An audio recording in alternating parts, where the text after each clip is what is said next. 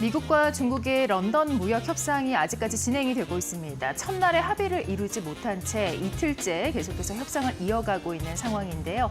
이에 따라서 증시는 관망세가 나타나고 있습니다. 상승을 지켜내긴 했지만 보합에서 마감됐습니다. 네, 맞습니다. 그래도 다행인 것은 이 매크로 지표들, 특히나 최근에 가장 많이 신경을 써야 하는 이 소프트 데이터, 상당히 또다시 양호하게 나와줬습니다. 계속해서 뉴욕 연흥발 이런 소프트 데이터가 이 심리, 소비자 심리의 인플레이션, 약간 둔화된 그런 흐름들을 보여주게 되면서 국채 금리가 안정세로 접어들었는데요. 다시 한번 그렇다면 이 3대 지수 밤 사이에 어떻게 마감을 했을지 저와 함께 흐름 체크해 보시죠. 가장 먼저 이 다우존스 지수 완전히 보합권에서 마무리가 됐고요. 이 나스닥과 S&P 500 같은 경우에는 강보합권에서 마무리를 지었네요.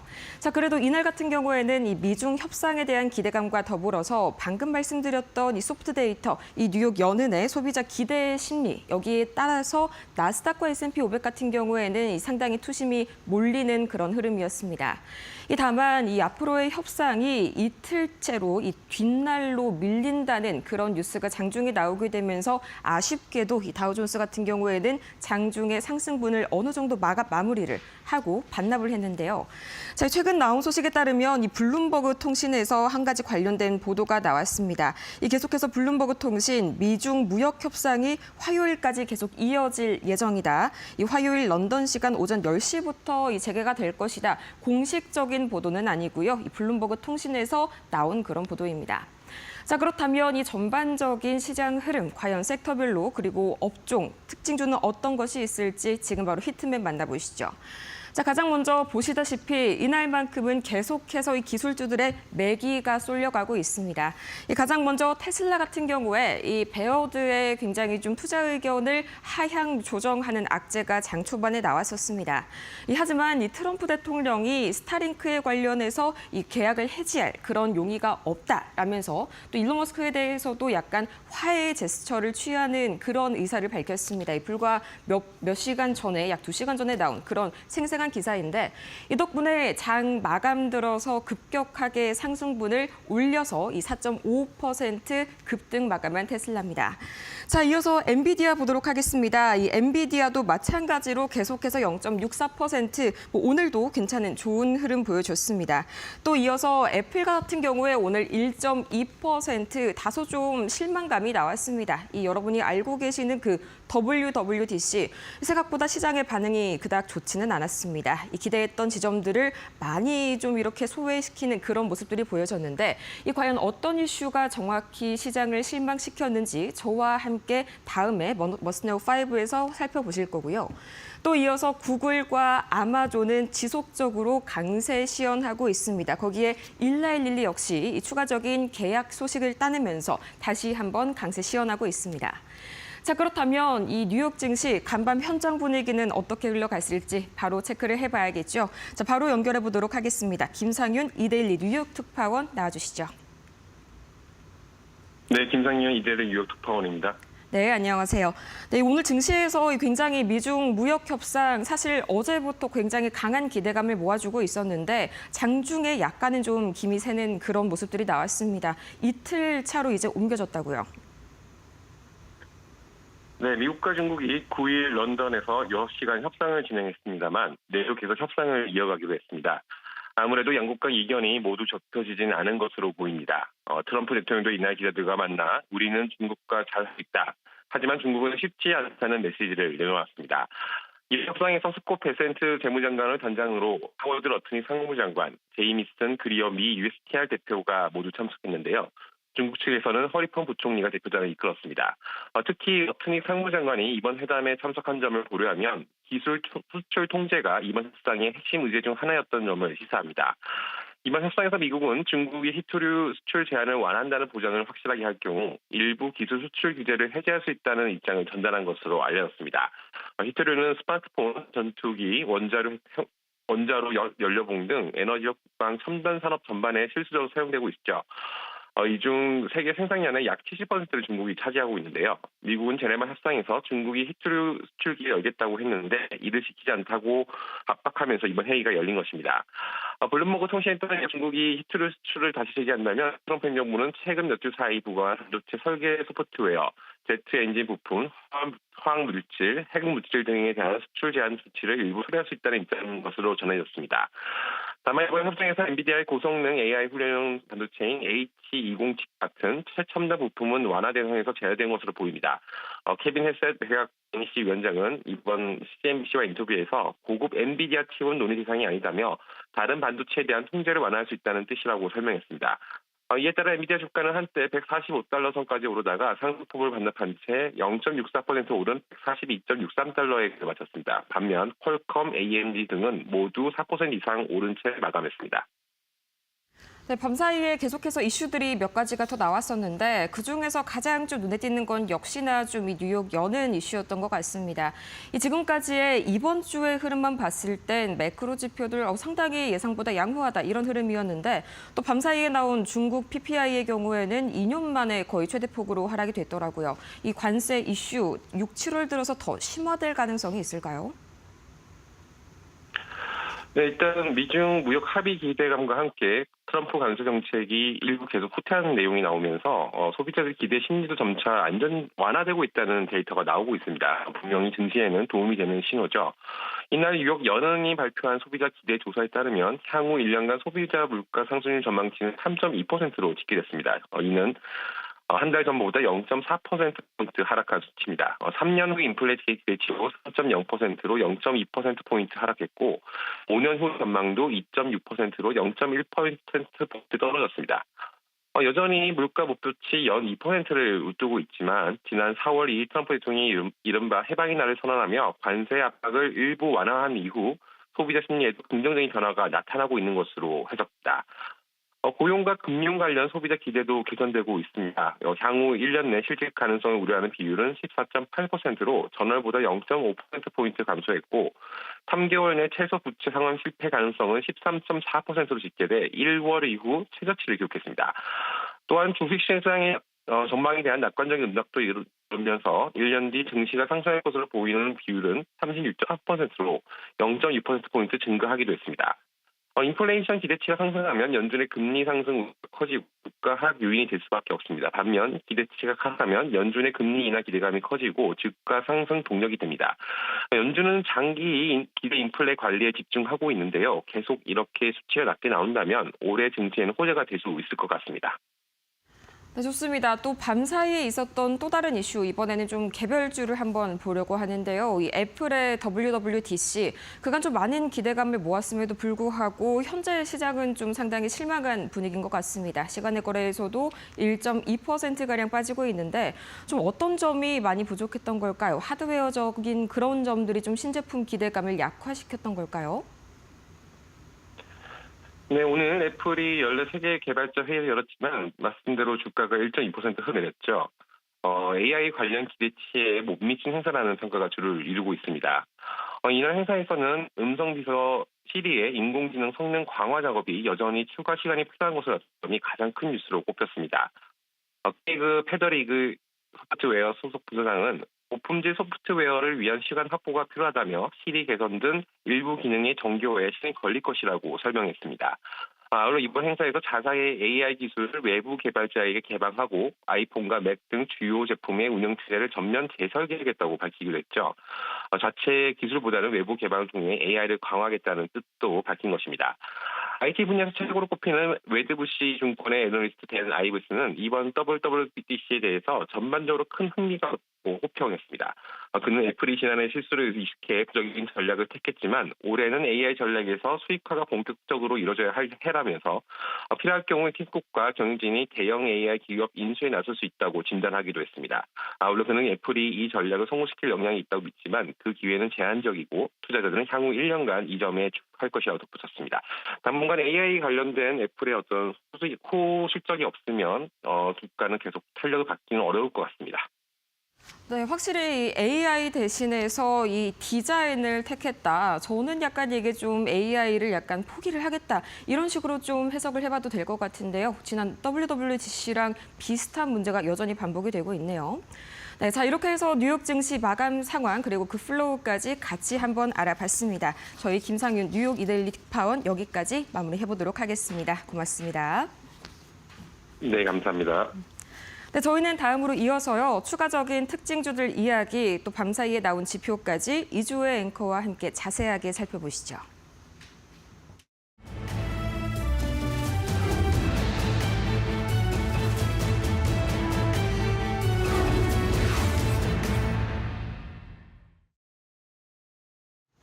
네, 간밤에 뉴욕 증시에서는 또 어떤 종목들이, 업종들이 주목을 받았는지 한번 살펴보도록 하겠습니다. 주요 기술주부터 함께 확인해 보시죠. 네, 테슬라가 일단 4%의 강한 흐름을 이어갔습니다. M7 종목 가운데서 강하게 지켜준 종목으로 오늘 장에서는 상당히 눈에 띄는 모양인데요. 트럼프 대통령의 이 최근의 발언이 백악관에서 스타링크를 유지하겠다라고 밝혔습니다. 트럼프 대통령과 일론 머스크의 이 정치적인 갈등, 또 정치와는 단절을 했나 싶었는데 그렇지 않은 또 서로를 비방하는 상호 비방의 멘트들이 오갔던 이번 주에 어떤 모습들이 펼쳐졌었는데요. 완전히 단절한 건 아닌 것 같습니다. 백악관 쪽에서 스타링크만큼은 유지하겠다. 그리고 일론 머스크 CEO가 앞으로 잘 되길 바란다라는 발언까지 내놓았습니다. 그리고 또한 이 12일에 텍사스 오스틴에서 로보택시 출시 계획을 계속해서 앞두고 있기 때문에 이 부분이 계속해서 모멘텀이 선반영되는 모습이 나타나고 있고요. 다만 투자 의견 같은 경우는 중립으로 하향 조정된 분석 리포트가 있었습니다. 아직까지는 조금 추이를 지켜보는 게 좋겠습니다. 애플 보도록 하겠습니다. 1%대 약세 흐름이었습니다. M7 종목 가운데서 올해 들어서 부진한 흐름을 이어가고 있는 종목입니다. 실적 기여가 상당히 제한적이라는 평가가 나오고 있습니다. WWDC가 9일날 시작이 됐는데 워낙에 이에 대한 기대감이 컸던 걸까요? 새로운 AI에 대한 출시가 없었다라는 시장의 실망감이 나오고 있습니다. 이 WWDC에서 생성형 AI에 대한 이 출시 발표가 상당히 미흡했다라는 평가 나오고 있습니다. 메타 같은 경우에는 현재 진행되고 있는 투자 협상이 있습니다. AI 스타트업 스케일 A에 100억 달러 규모의 투자 협상이 현재 진행이 되고 있는 상황이고 또 막바지 협상 진행되고 있는데 그간의 흐름을 봤을 때 메타는 최근 들어서 오르고 있는 모양새죠. 상당히 뒤로 가 있는 M7 종목이었는데 이번 주에서는 흐름이 괜찮았습니다. 이에 대한 이 상승폭을 반납하는 모습 0.52%의 약세권에서 마쳤습니다. 이어서 이슈 있는 종목들을 살펴보도록 하겠습니다. 자, 대표적인 양자 컴퓨팅 기업이죠. 아이온큐 같은 경우는 2%의 오름세를 보였습니다. 영국의 양자 컴퓨팅 기업 이름은요. 옥스퍼드 아이오닉스인데요. 이 기업을 11억 달러에 인수한다는 소식이 있습니다. 기업용 시장까지 공략을 하는 게 아니냐라는 시장의 긍정적인 평가가 나오고 있습니다. A용 같은 경우에는 투자자 설명회가 있었습니다. 여기에서 기존의 성장을 유지해 가겠다라는 발언을 CEO가 내뱉었는데요. 하지만 추가적인 이 실적 개선이라던가 신규 성장 동력 같은 모멘텀은 없었습니다. 기존 실적에 대한 전망을 유지하겠다라는 발언밖에 없다 보니까 4%대의 큰 모멘텀 없이 빠지는 모습이 나타났습니다. 서클 인터넷 보겠습니다. 스테이블 코인에 대한 기대감이 계속해서 발생을 하고 있죠. IPO 이후에 3일 연속해서 상승하면서 전일장에서도 급등까지 나왔습니다. 오늘장에서는 7%대 강한 흐름을 이어갔습니다. 다음으로 종목들 살펴보도록 하겠습니다. 자, 유니버셜 헬스 서비스는 내렸고요. 뉴 암스테르담 파마는 올랐습니다.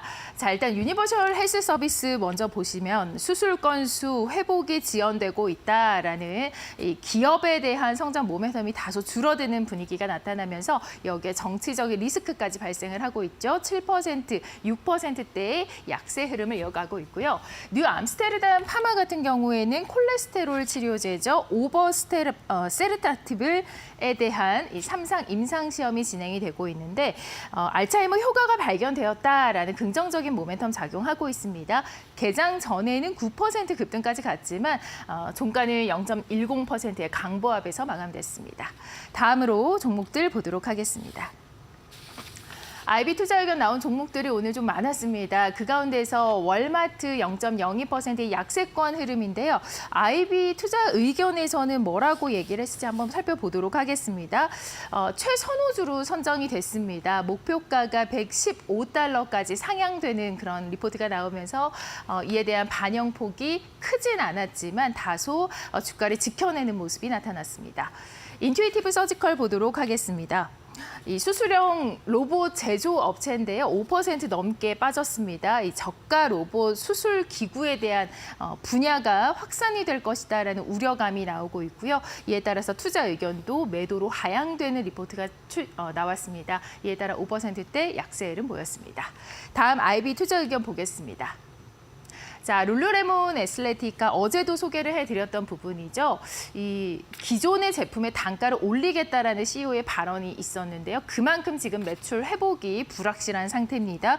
북미 지역 동일 매장에서 매출 회복이 더디다라는 분석이 나오고 있습니다. 투자 의견, 목표가 모두 동시에 하향되는 모습이 나타났는데요. 투자 의견 중립으로 그리고 목표가는 280달러로 내렸습니다. 센팀 보겠습니다. 강한 흐름 나타냈습니다. 1%대 강한 흐름, 메디케이트 관련 리스크가 이미 주가에 반영이 되었고 이에 따라서 주가가 다소 저평가되고 있다는 분석 리포트가 나왔습니다. 동시에 고마진에 대한 성장 기대감까지 등장을 하면서 투자 의견은 매수로 제시됐습니다. 지금까지 특징주 알아봤습니다.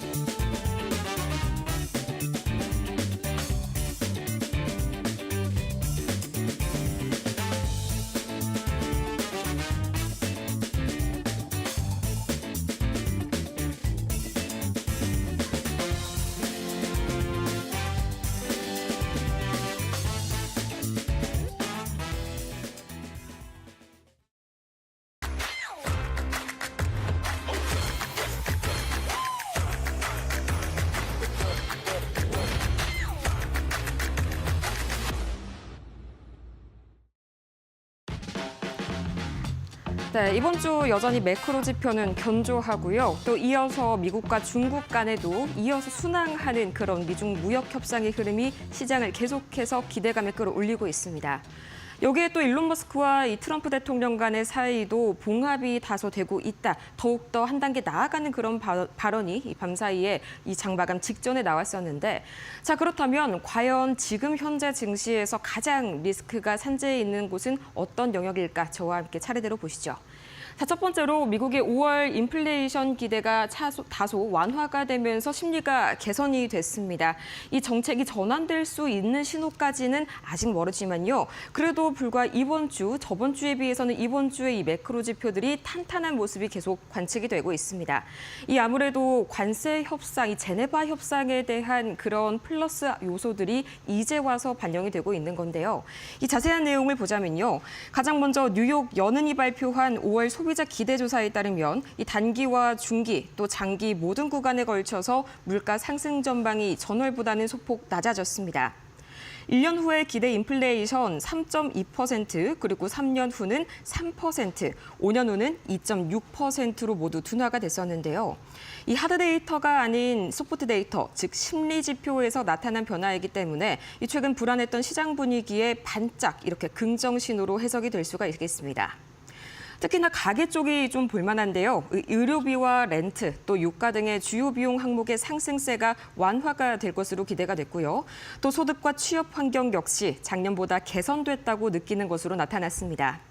하지만 주의할 점은요. 이런 심리 개선이 근본적인 경제 흐름이 변화가 됐다기보다는 일시적인 외부 자극의 영향일 가능성이 높다는 점입니다. 실제로 이번 조사 기간에는 미국과 중국 간의 관세 인상이 유예되면서 불확실성이 잠시 낮아졌고 여기에 대해서 이 제네바 합의에 따라서 소비자 기대 심리도 긍정적으로 일시적으로 반응을 할 수가 있겠습니다. 자, 하지만 문제는요. 관세나 정책처럼 변동성이 큰 이슈에 따라서 이 심리는 마찬가지로 쉽게 흔들릴 수가 있고요. 또 실제로 그 이후에 계속해서 미국과 중국 간의 사이가 틀어지는 모습들이 나왔었죠. 다시 한번 수치상으로는 충분히 흔들릴 수 있는 구간에 있다는 점 챙겨보셔야겠습니다.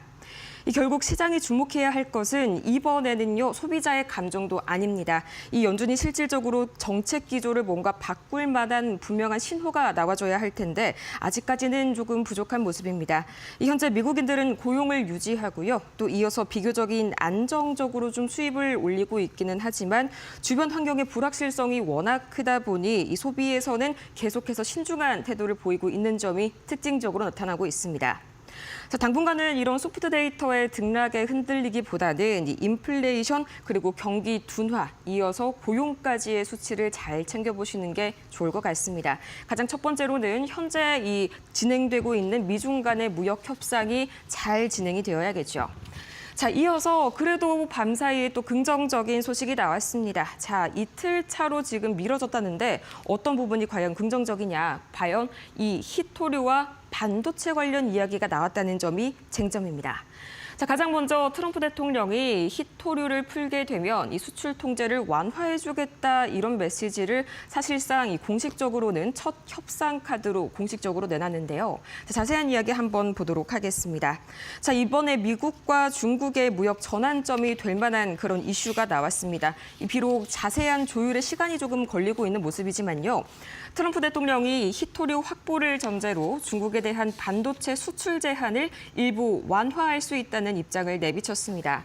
그간 미국과 중국 간의 교착 상태가 계속해서 이어졌던 이유가 바로 이 히토류 그리고 반도체에 대해서 정말 한 발도 물러서지 않았기 때문인데 여기에 대해서 약간은 이 협의의 가능성을 열어두게 된 거죠. 자, 이 백악관 국가경제위원회 헤셋 위원장 CNBC 인터뷰에서 이런 발언을 했는데요. 중국이 히토류를 즉각적으로 대량 수출한다면 미국도 곧바로 수출 통제를 완화할 것이다라고 밝혔습니다. 이 트럼프 행정부가 수출 통제를 협상 카드로 공식적으로 이렇게 언급한 것은 이번이 첫 번째 사례인데요.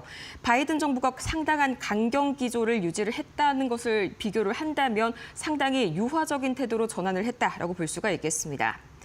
다만 역시나 엔비디아의 고성능 AI 칩 H20의 전략 제품은 여전히 좀 예외다 분명하게 선을 그었고요. 대신에 최근 몇 주 사이에 도입됐었던 칩 설계 소프트웨어, 제트 엔진 부품, 또 화학 물질 등에 대한 규제 완화가 검토 중이다. 여기에 대해서는 충분히 열어놓고 생각을 하겠다라고 입장을 밝혔습니다. 또 여기에 밤사이 보도된 중국의 5월 수출 데이터 역시 이런 협상 분위기를 가속화하고 있는데요. 5월 12일에 관세 전쟁에 대한 휴전이 타결이 됐습니다. 하지만 이 중국의 5월 대미 수출은요, 34.4% 가까이 급락하면서 2020년 2월 이후로 최대 하락폭을 기록했습니다. 이 코로나 팬데믹 이후로 가장 큰 폭으로 감소를 한 건데 여기에 또 중국의 5월 PPI마저 22개월 만에 가장 큰 하락폭을 기록하면서 디플레이션 압력이 예상보다 더 강한 것으로 나타났습니다. 비단 미국뿐만이 아니라 중국 역시 상당히 급한 상황에 처해 있다는 말이죠. 자, 이 때문에 중국이 히토류 수출을 일부 허용하면서 유화적인 제스처를 취한 것으로 보입니다. 미국도 마찬가지로 여기에 화답하듯이 기술 수출 제한을 일부 조정할 수 있다는 메시지를 던진 셈인데요. 이런 신호에 뉴욕 증시는 미약하게나마 이 상승세로 반응을 해줬습니다. 물론 이날 트럼프 행정부가 중국 반도체 기업에 대한 이런 블랙리스트 추가를 유예 중이다 이런 보도까지 함께 전해졌기 때문에 아직까지 신경전은 소강이 되지 않았습니다. 그럼에도 불구하고 그간 미중 협상의 핵심적인 교착점이었던 이 히토류와 반도체, 외나무 다리에 대한 문제가 해결이 되었기 때문에 이 양측 모두 대치보다는 앞으로 완화의 경로를 택할 여지가 충분히 있다라는 것이 이 낙관적인 분위기로 읽히고 있습니다. 자, 이어서 이 트럼프 대통령 계속해서 약간 고립되는 흐름들이 최근 많이 나오고 있죠. 이어서는 이 LA 관련돼서도 이 캘리포니아가 트럼프 대통령을 상대로 소송을 했습니다. 이 과연 어떤 소송인지 자세히 그리고 경제에 미치는 영향까지 한번 분석을 해보도록 하겠습니다. 자, 우선 캘리포니아주가 이 도널드 트럼프 대통령을 상대로 소송을 제기했다는 소식 밤사이에 전해졌습니다. 트럼프 대통령이 이민 단속에 반대하는 LA 시위 진압을 명분으로 주지사의 동의 없이 이 주 방위군을 연방 통제하에 투입한 데 따른 건데요. 이번 조치는 미국 최대의 주 그리고 이 백악관 간의 갈등을 극적으로 심화시키고 있습니다. 실제로 밤사이에는요, 관세나 어떤 다른 이슈보다도 이 이슈가 가장 주요 외신들의 첫 번째 헤드라인으로 다뤄졌습니다. 이 캘리포니아의 개빈 뉴섬 주지사와 주 법무장관은 트럼프 대통령이 근거 없는 위기 상황을 조작해 주 방위군을 장악하려 한다면서 이 주권 침해이자 헌법 위반이라면서 강하게 비판을 했습니다. 이 반면 트럼프 대통령은 로스앤젤레스, 즉 LA가 방위군 투입 없이는 완전히 파괴가 됐을 것이다. 즉 시위대는 직업적인 선동가, 이어서 폭도라고까지 굉장히 강도 높게 비판했습니다. 이번 방위군의 투입은 주지사의 요청 없이 오로지 연방정부가 주 방위군을 독단적으로 동원한 굉장히 드문 사례인데요. 법적으로 그리고 정치적 논란이 굉장히 거셉니다. 이번 사태는 또 단기적으로 시장의 불확실성을 키울 가능성이 굉장히 큽니다. 우선 이 연방정부 그리고 가장 최대 규모인 이 캘리포니아 간의 극적인 대립은 미국 내 정치적 리스크를 당연히 부각시킬 거고요. 또 법적 혼란이 장기화가 될 경우엔 투자 심리 위축, 또 변동성의 확대 요인으로 작용할 수가 있겠습니다. 최근 들어서 관세가 불확실성을 추가하면서 금리 인하가 늦어졌고 투심이 얼어붙었었는데 이게 조금 해결이 될 법하니까 정치적인 리스크가 이번에는 미국에서 발생이 됐네요. 자, 특히 캘리포니아, 미국 경제의 15%를 차지하는 핵심 주입니다. 주 방위군의 연방화와 또 주권 논란이 실제적인 경제적 혼란으로 이어질 경우엔 소비와 투자, 고용, 모든 실물 경제가 악영향을 받을 수가 있다는 겁니다. 이미 트럼프 행정부의 강경 이민 정책, 또 긴급 권한 행사, 역시나 월권에 대한 논란이 좀 있었죠. 또 잇따른 관세 정책 등 이렇게 시장의 예측 불가능한 요소들이 많아지고 있는 가운데 이 금융시장은 정치적 충돌이 실질적인 정책 혼선을 유발할지 아니면 여기에서 일시적으로 정치적인 어떤 수단에 그칠지 여기에 대해서는 조금 더 판독이 필요하다라고 보고 있고요. 자, 이 트럼프 대통령은 이렇게 강경한 질서 회복 이미지를 통해서 지지층 결집에는 성공할 수가 있겠지만요. 이 연방정부 그리고 주정부의 충돌이 심화될 경우에는 전국적인 반발, 특히나 민주당에 대한 지지층 결집을 부를 수가 있습니다. 이 얼마 전에 머스크가 만약에 민주당 쪽에 후원을 하게 된다면 가만두지 않겠다, 이런 식으로 강하게 내뱉었던 발언이 여기와도 좀 이어질 수가 있겠네요. 자, 이렇게 법적 다툼이 장기화가 되면 이 연방주의의 원칙 자체가 훼손이 되기 때문에 헌정 질서 논쟁으로 확산이 될 가능성이 있습니다. 이 단기적으로는 뉴욕 증시를 비롯한 금융시장의 불확실성 요인으로 작용이 될 수 있고요. 장기적으로는 미국 내 정치, 경제적 균열이 심화될지 주목해야 할 시점입니다. 자, 이어서는 이 테슬라 이슈에 대해서 한번 만나보도록 할까요? 테슬라에 대해서도 지속적으로 이 불확실성 전망들이 엇갈려서 나오고 있습니다.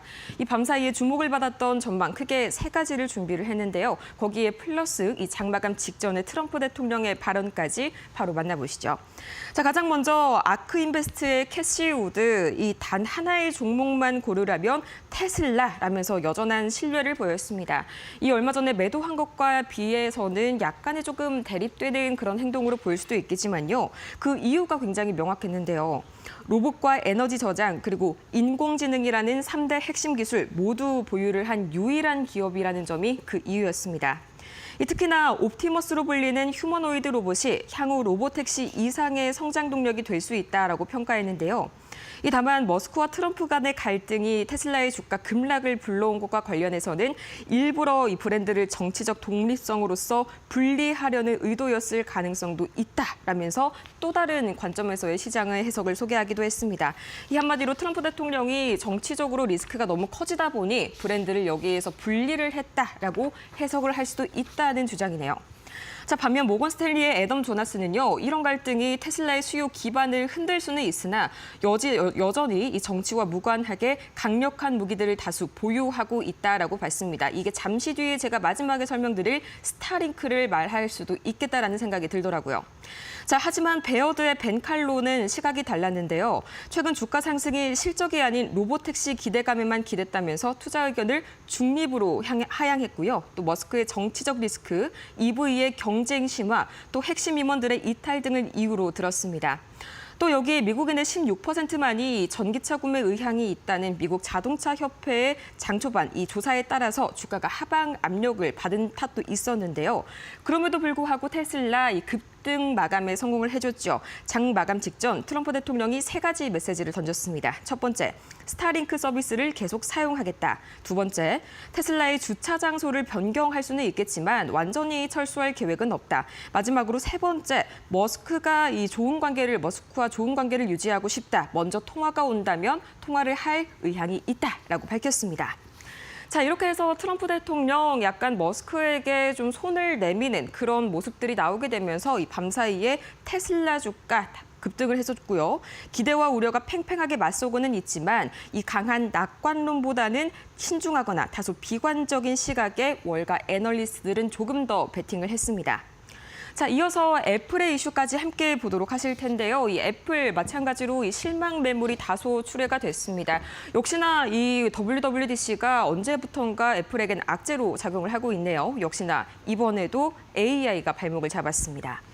자, 우선 애플이 2025년 WWDC에서 이 인공지능 전략 그리고 소프트웨어 혁신을 전면에 내세웠습니다.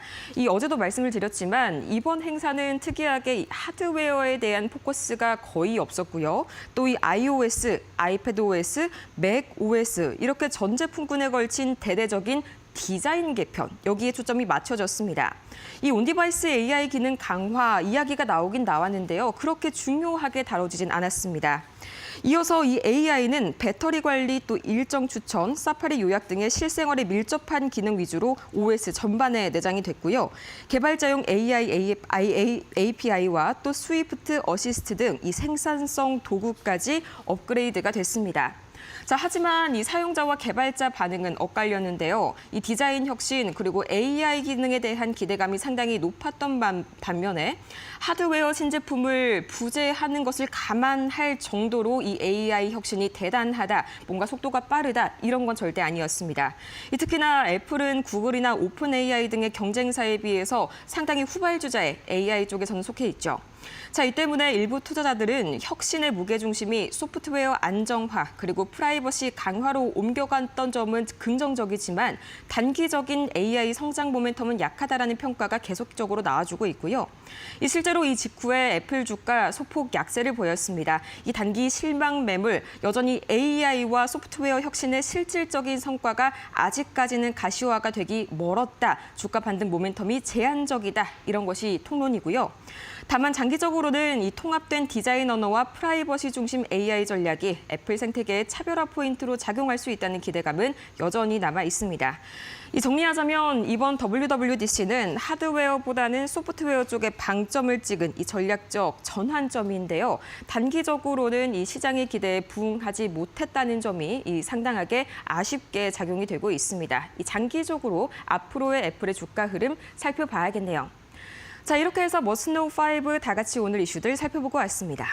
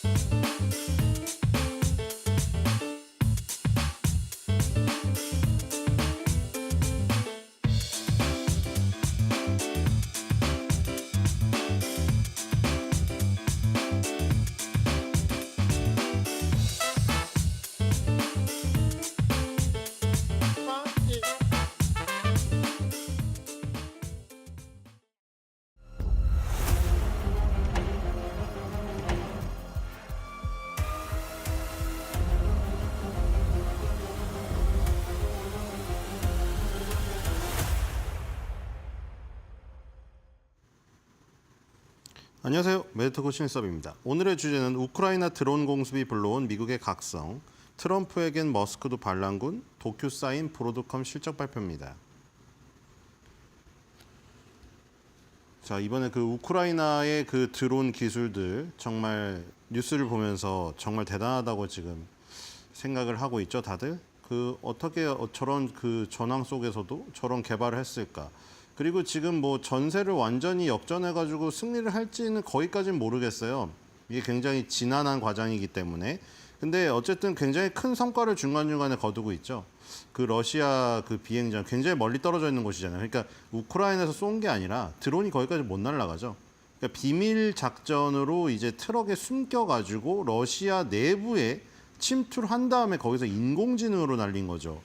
그 공군기지들에 이제 있는 그 엄청나게 비싼 막 수천억짜리도 있고 그런 그 전투기, 폭격기 이런 것들의 위에 보면은 다 타이어를 막 쌓아놨잖아요. 근데 그 타이어를 쌓아놨는데도 이제 인공지능으로 세밀하게 조정을 하여 그 사이에 떨어뜨려가지고 폭발을 시키는 연료가 가득 차 있는 지금 뭐 전투기 같은 경우에는 굉장히 큰 폭발이 일어나는 그렇죠.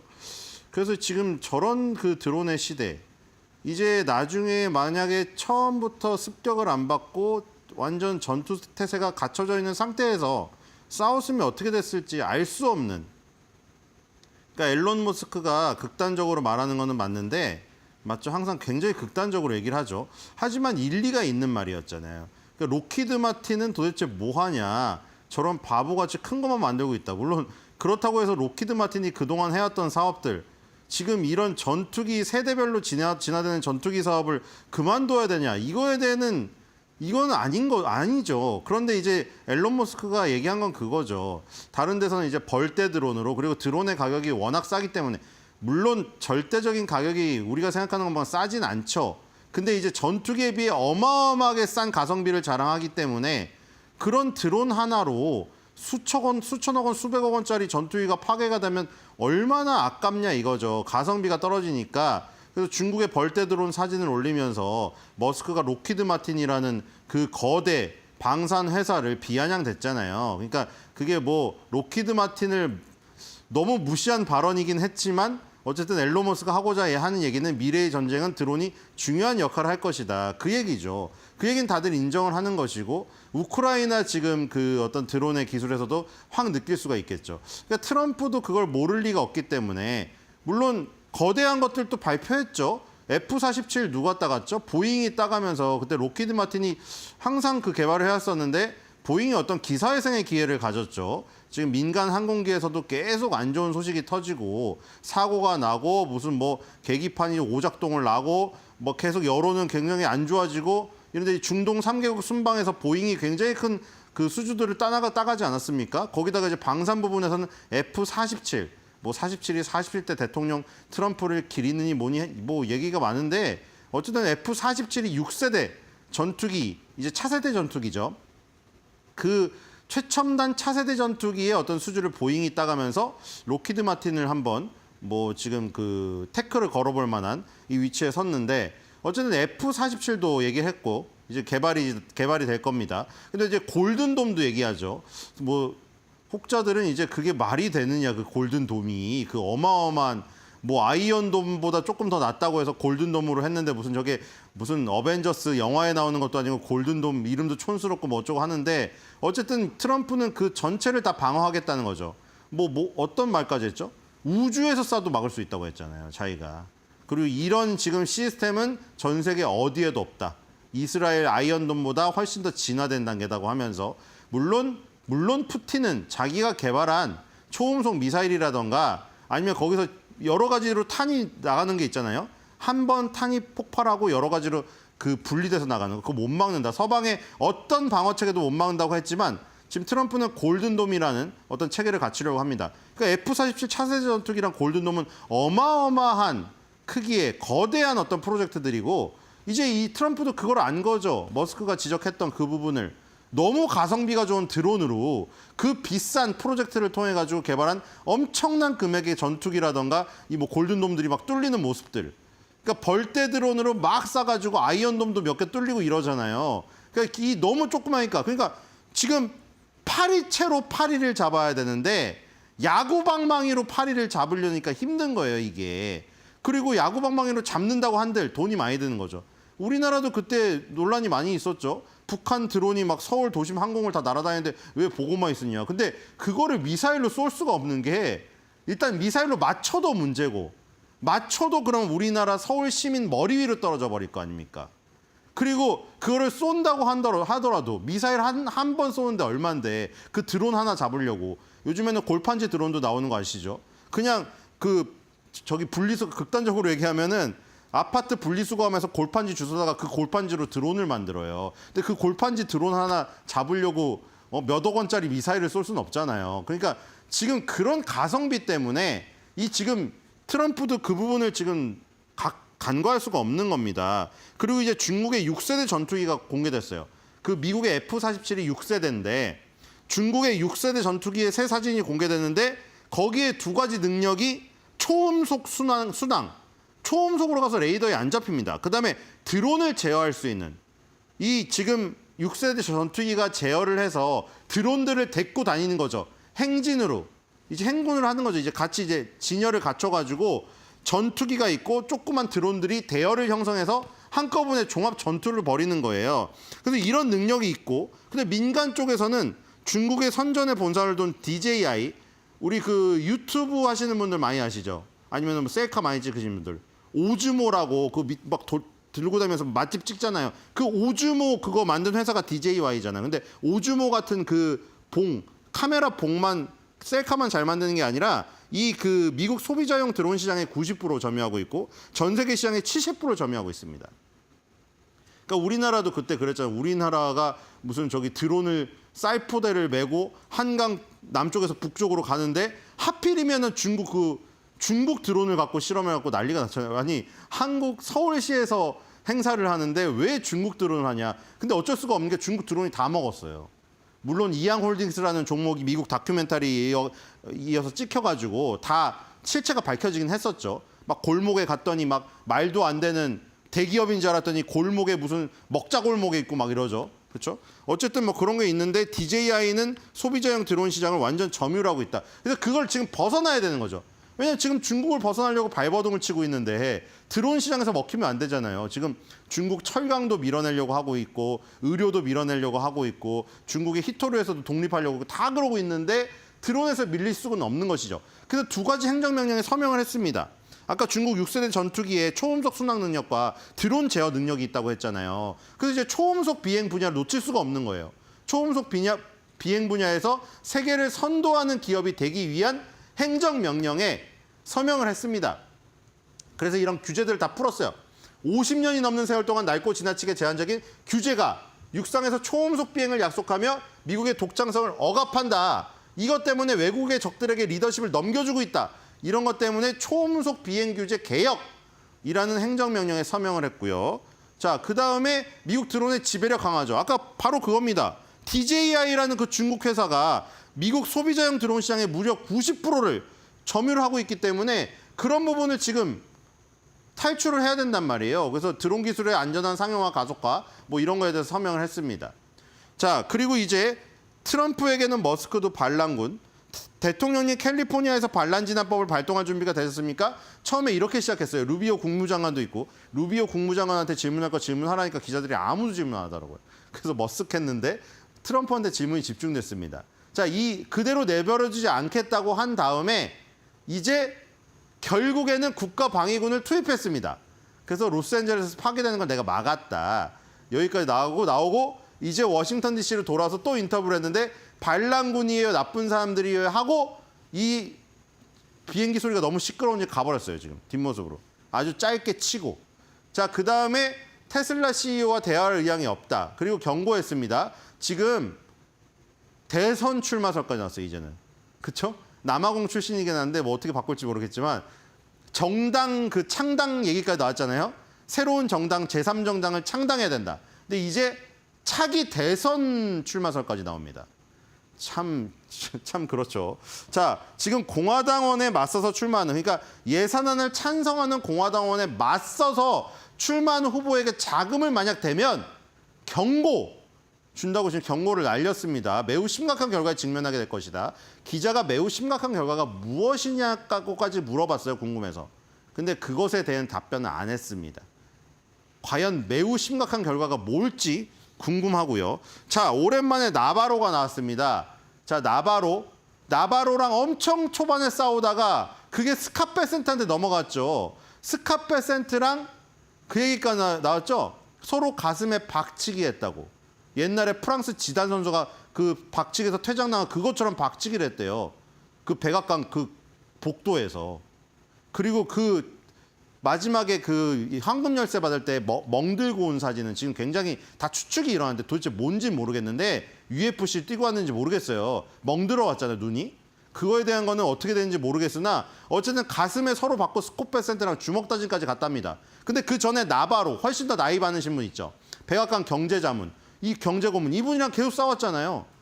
머스크가 이 나바로 고문한테 벽돌보다 멍청한 사람이라고 했어요. 그다음에 나바로는 그러자 머스크 보고 자동차 조립업자라고 했습니다.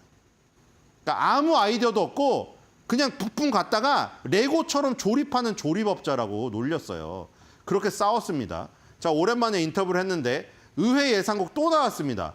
이거 지금 캐롤라인 레빗 대변인 트럼프 대통령 스코페센트 재무장관 하는 얘기 똑같아요. 의회 예산국 CBO의 주장은 GDP 예상치를 너무나 낮게 잡았고 여기에서는 전부 민주당 의원들에게만 그 후원을 하고 그러니까 민주당 기구라는 거예요. 공화당을 싫어하는. 그래서 10년 동안 수조 달러에 달하는 규모의 부채를 늘릴 것이라고 주장하는데 CBO가 이 가정한 수치가 틀렸다. 또 나오죠, 이거. CBO가 1.7이냐 1.8이냐 약간의 차이는 있어요. 스코페센트가 말하거나 캐롤라인 레빗 대변인이 말하는 게. 근데 거의 비슷하죠. 1.7, 1.8짜리 성장률을 가정해놓고 트럼프가 뭐라고 했습니다. 우리는 최소 3% 많으면은 저 1.7의 5배까지 지금 만약 비전을 세우고 있는데 1.7%짜리 성장률을 갖다 놓고 거기다가 부채 비율을 대입하니까 높아 보인다. 하지만 우리는 훨씬 더 빨리 성장할 자신감이 있다. 똑같은 얘기하고 있습니다. 이 성장률을 1% 정도 과소평가했다. 여긴 낮게 잡은 경우죠, 나바로는. 나바로가 1% 정도 과소평가했다니까 한 2.7 얘기하는 것 같은데 트럼프는 최소 3%를 얘기했습니다.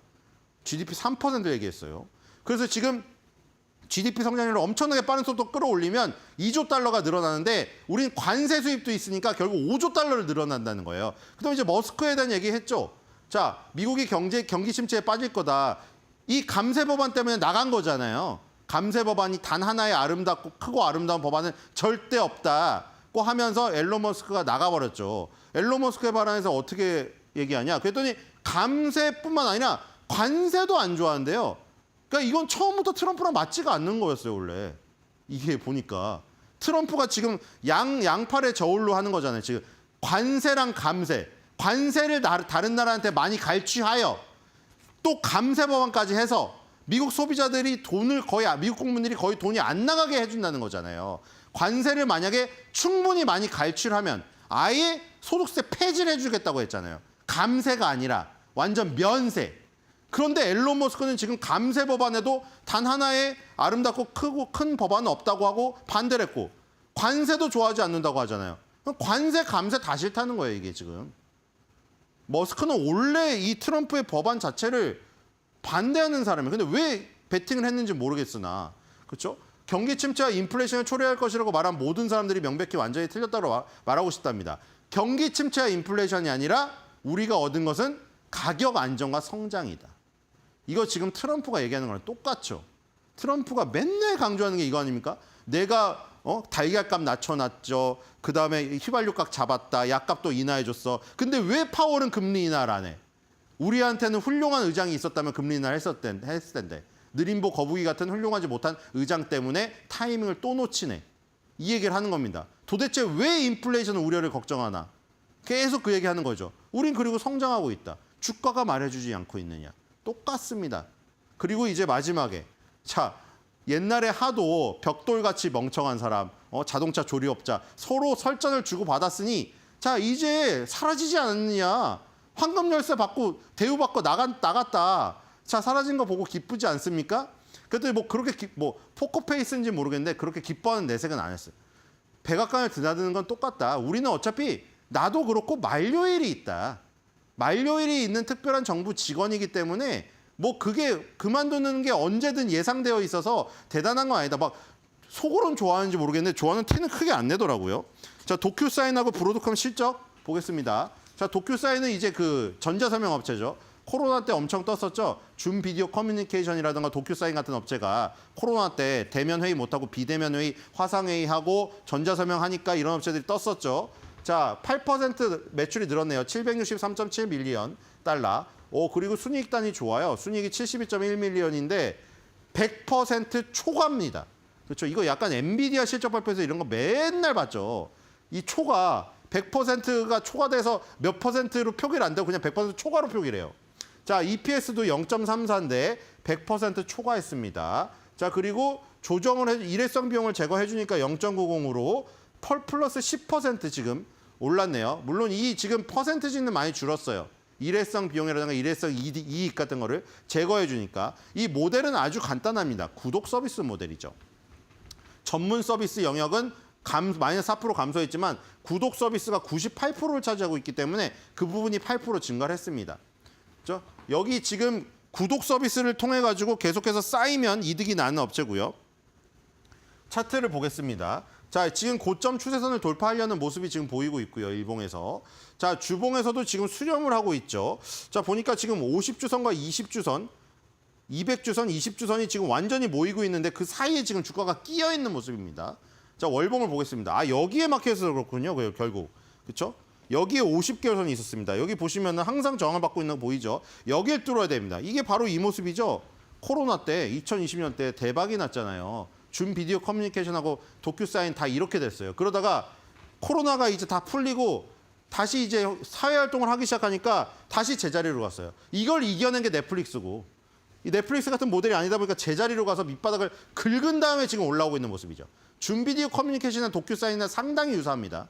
여기서 이제 성장성을 더 부과한다면 넷플릭스 같은 모델처럼, 넷플릭스는 여기 고점을 넘어서서 저기까지 갔어요. 그렇죠? 그런 모델처럼 성장을 하는 상황이 아니기 때문에 이 정도에 머무르고 있습니다. 자, 그다음에 브로드컴이죠. AVGO. 자, 20% 매출 성장 15.0 빌리언 달러 나왔고요.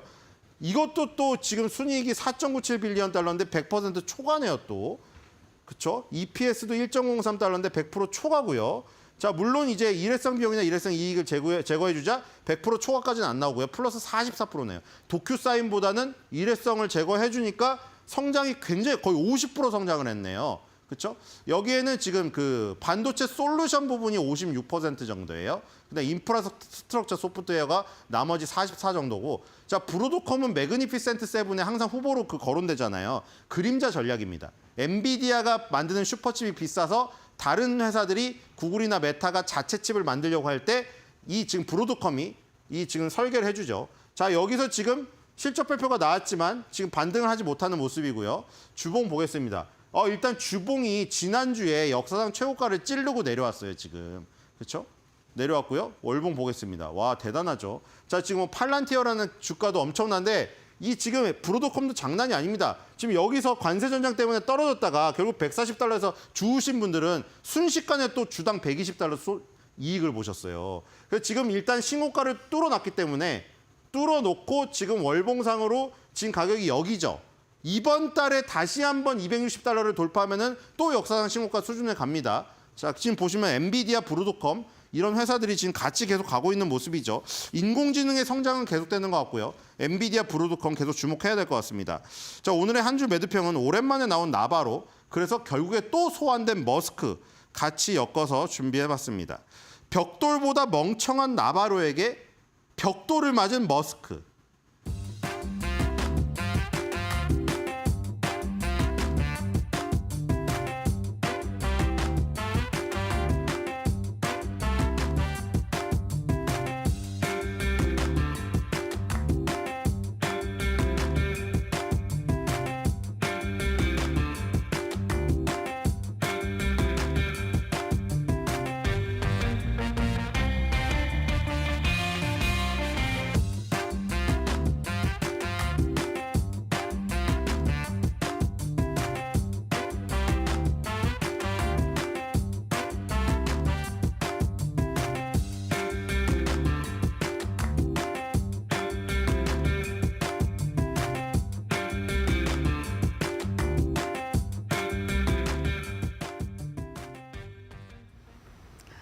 네, 전날 뉴욕장에서는 또 어떤 시그널을 보냈을지 한번 살펴보도록 하겠습니다.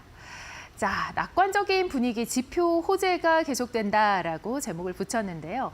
일단 시장 자체는 관망세가 짙었습니다. 이 런던의 무역 협상의 결과를 기다리는 이 시장의 모습이 상당히 두드러졌고 이에 따라서 상승권을 지켜내기는 했지만 보합에서 마무리가 됐습니다. 나스닥 0.31% 상승이고요. 다우는 보합. S&P 500 지수 같은 경우에는 3개월 만에 회복이 된 6,000선을 그래도 이어가는 모습 보였습니다. 6,005 0.09%의 상승이 나타났습니다. 섹터는 좀 갈피를 못 잡는 모습이었습니다. 전반적으로 sek터마다 혼조세가 두드러졌는데요. 일단 그래도 좋았던 섹터가 기술 반도체가 아닐까 싶습니다. 런던 무역 협상에 대한 연관성이 가장 짙은 섹터라고 보여지고요. 금융과 통신이 좋지 않았습니다. 금융은 어제장에서 상당히 좋았던 비자와 마스터카드 모두 다 반락하는 모습이 나타났고 일단 오라클 같은 경우에는 1%의 상승, 팔란티어는 조금 더 올랐습니다. 3%의 상승을 보였고 퀄컴이 4%의 급등을 나타냈습니다. 넷플릭스 보시면은 넷플릭스는 1%대 약세권에서 마쳤고요. T모바일 3%대 또 AT&T도 그렇게 좋지 않았습니다. 흐름이 상반되는 모습이 나타났습니다. WTI 보시면은 65.29달러에서 사흘째 상승을 이어갔습니다. 1.91%의 오름세가 나타나는데 역시 무역 협상 기대감이 작용을 했고요. 달러 인덱스 같은 경우에는 약세인데요. 전일 대비해서 0.2%의 하락을 보여주고 있습니다. 이 고용지표 호조 이후에 99를 다시 재돌파한 이후로 조금 빠지는 모습이 나타났고요. 금값이 달러가 안 좋다 보니까 금값이 상승을 하는 그런 반대의 작용이 보여지고 있습니다. 달러 약세라는 경우에는 이 해외 시장에서의 미국 제품 가격이 조금 더 올라갈 수 있다라는 분석이 나오고 있지만 미국 시장에서는 상당히 부정적인 반응이 예상되고 있습니다. 또한 이 무역 전쟁이 더욱더 격화가 되면서 아무래도 미국 경제에 대한 우려감이 커지고 있고 달러의 가치가 계속해서 추락을 하면서 아무래도 이 시장에서는 굉장히 예전만큼 달러를 높게 보는 그런 위상이 많이 떨어졌다라는 분석이 등장을 하고 있습니다. 경제 지표 보도록 하겠습니다. 이렇게 시장을 버텨준 이유가 바로 이 지표 덕분인데요. 최근 들어서 나오는 지표들마다 계속해서 흐름이 괜찮습니다. ADP 민간 고용 보고서 나왔을 때도 상당히 좋았던 이 지표들의 호조로 인해서 시장에 반응하는 모습이 나타났었는데 인플레이션 우려를 크게 잠재운 뉴욕 연은의 1년 기대 인플레이션을 보시면은 3.2%를 기록했습니다. 전월의 3.6%에서 0.4%가 개선이 된 것입니다. 이게 하락이지만 사실상 개선으로 보셔야 되고요. 3월 기대 인플레이션 보면은 3.0, 5년 전망도 2.6%로 0.2%포인트 또 0.1%포인트 하락이 전망이 나왔습니다. 개선될 것으로 지금 전망이 되고 있는 것으로 보여지고요. 일주일 전에 나왔던 개인 소비 지출 같은 경우에는 4.21% 상승이었는데요. 이 부분도 2021년 이후에 최저치를 나타낸 것이었죠. 이번 연준의 이런 보고 조사에서 또한 다른 전망들도 여러 가지 보였습니다. 고용과 금융 부분에 있어서 부채와 관련해서는 개선이 될 것으로 예상이 되고 있고 또 물가와 관련해서는 식료품 가격의 예외적인 상승만 전망이 되고 그 외에는 괜찮았습니다. 백악관 케빈 헤셋 이 국가경제위원회 위원장의 경우에는 관세 수입은 증가했지만 물가는 오히려 하락하고 있다라고 얘기하면서 이 인플레이션 지표가 지난 4년 사이에 하락하고 있다. 가장 큰 폭의 하락을 보이고 있다라는 발언을 내놓았습니다. 전반적인 이 시장의 분위기는 미중 협상과 관련해서 절대 떼놓을 수가 없죠. 트럼프 대통령이 첫날에 이어서 이틀째 지금 이어가고 있는데 보도로 나온 부분이 하나가 있습니다. 중국의 히토류 확보를 위해서 미국 칩 수출 제한 완화를 검토하고 있다라는 보도가 나오고 있습니다. 워낙에 전제 조건을 많이 붙이는 트럼프 대통령의 경우에 이번에도 중국이 수출 통제를 완화하면 미국도 수출 통제를 완화하겠다라는 기조를 이어가고 있는데요. 그렇다 보니까 중국의 협상 정도가 상당히 궁금해지는 시점입니다. 네, 지금까지 마감 시그널에 이어서 국내 시장에선 또 어떤 흐름이 이어갈지 조민재 앵커와 함께 만나보시죠. 네, 밤사이에 있었던 이슈들 이어서 우리 시장의 이슈까지 과연 이 개장 후에 상황 어떻게 흘러갈지 저와 함께 유망 섹터들 살펴보시죠. 가장 먼저 오늘 테슬라 약 4% 이상 굉장히 강하게 뛰어 올랐습니다. 아직까지는 그 급락분을 완전히 회복을 하지는 못했지만 그래도 어제에 이어서 오늘까지 장 막판에 힘이 강해지는 모습이 포착이 됐는데요.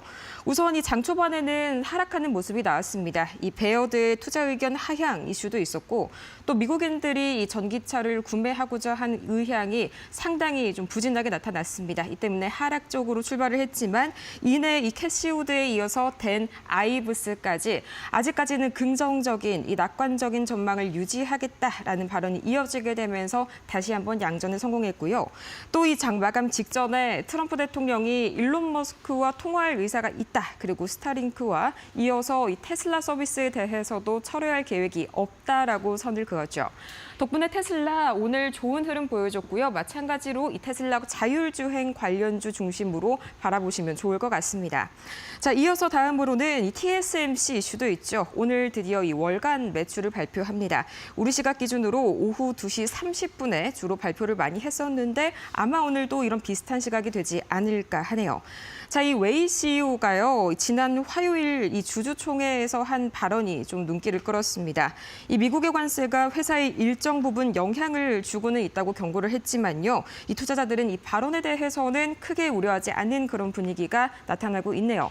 마찬가지로 TSMC 오늘 실적에 따라서 이 반도체들의 추가 이 상승 여부 약간은 좀 결정이 될 수 있을 것 같은데요. SK 하이닉스와 삼성전자 또 에이직랜드, 한미반도체, 오픈 엣지 테크놀로지까지 국내 이슈뿐만이 아니라 해외 이슈까지 한꺼번에 갈 수가 있겠습니다. 자, 이어서 다음으로는 이 K푸드 이슈 살펴봐야겠죠. 이 수출주의 한 획으로 당당하게 자리를 잡은 이 K푸드. 마찬가지로 오늘 서울푸드 2025가 개최가 됩니다. 이 최근 화장품도 그렇지만요. 음식료 테마 쪽에서도 특히나 이 수출주들 관련 종목들이 강하게 이 행사 전후로 반등하는 흐름이 포착이 됐었죠. 자, 이 CJ제일제당, 대상, 삼양식품, 풀무원 같은 이런 현재 상황들이 있었긴 했는데 어제는 좀 라면 관련주들이 살짝 흔들리긴 했었습니다. 이 라면 값이 좀 비싸다라는 이런 대통령 발언에 의해서 약간은 좀 흔들린 것으로 관측이 되지만요. 단기적인 이슈다라고 생각을 하시면 좋을 것 같고요. 자, 이어서 다음으로는 이 CGF 글로벌 서밋 마찬가지로 행사와 연계가 되는 또 다른 이슈입니다. 자, 이 신동빈 롯데그룹 회장이 CGF 글로벌 서밋에 참석하겠다라는 소식에 일제히 롯데주들이 관심을 받고 있는데요. 이 롯데쇼핑부터 롯데렌탈, 롯데케미칼까지 그리고 롯데지주는 파란불을 켰는데 그간 지주사들의 급등에 따른 약간의 되돌림이 아닐까 싶네요. 자, 이어서 다음 방송 3법에 관해서 이 미디어들 움직임 포착이 될 예정입니다. 이미 지난주부터 약간의 그런 신호들 보이긴 했었는데요. 자, 이 국회 과방위가 이 소위에서 방송 3법에 대한 심사를 오늘 진행을 할 예정입니다. 당연히 미디어 콘텐츠 관련주들 수혜를 받을 것으로 기대가 되는데요. IMBC와 CJ ENM, 또 SBS, KNN, YTN까지 함께 지켜보시면 좋을 것 같습니다. 자, 이어서 북항 재개발 이슈가 또 새롭게 튀어 올랐습니다. 이 북항의 재개발대에서 부산 항만공사가 이제 주도를 해서 진행을 하게 되는데요. 이 북한 재개발 투자 설명회가 오늘 개최가 되게 되면서 이 자세한 이야기들 플로우 따라서 함께 지켜보시면 좋을 것 같습니다. 우선적으로는 이 세방과 동방, 또 KL넷, 한진, KCTC, 항만과 물류 관료주들이 오늘 강하게 상승 탄력 받지 않을까 하는 그런 기대감 모아주고 있네요. 자, 이렇게 해서 오늘 살펴봐야 할 이 특징 섹터 만나보고 왔습니다.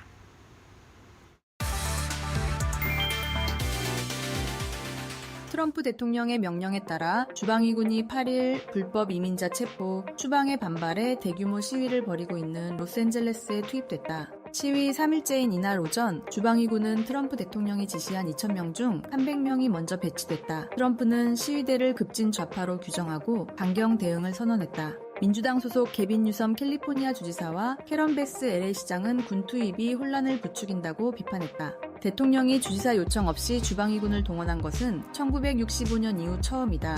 주방위군이 배치된 뒤에도 소규모 시위가 이어졌고 평화적으로 진행됐지만 일부 지역에서는 시위대를 해산하기 위해 경찰이 최루탄과 섬광탄을 사용했고 27명을 구금했다.